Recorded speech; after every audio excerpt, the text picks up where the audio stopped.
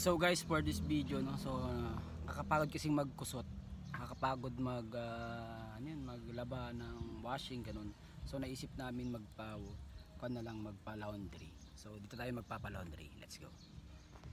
So guys, dito lang 'yan sa tabi ng GNT, Bacarenia, no? Welcome to Bacarenia yata or bago Bacarenia dito sa, kung alam niyo to, GNT 'yan. Yan. GCL Barangay 4. So bago pala no, mag-boundary.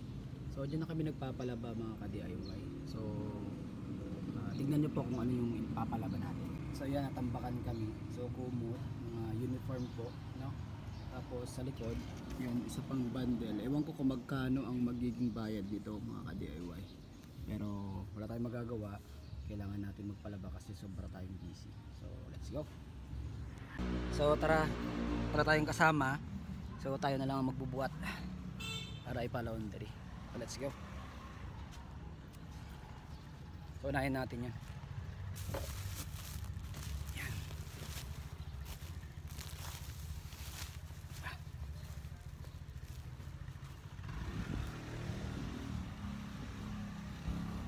Ate, palaba ako ulit. Timbangan nila guys. Sabi ko natin yung isa. So yan. So dalawa na to guys. Ayan, pangalawa. So pakitimbang mo nga ate kung magkano yun. Kasi magdatot. So na yan. Dalawang load. 16 ba yung 9 plus 9? Also 17. So 9 di ba? 8.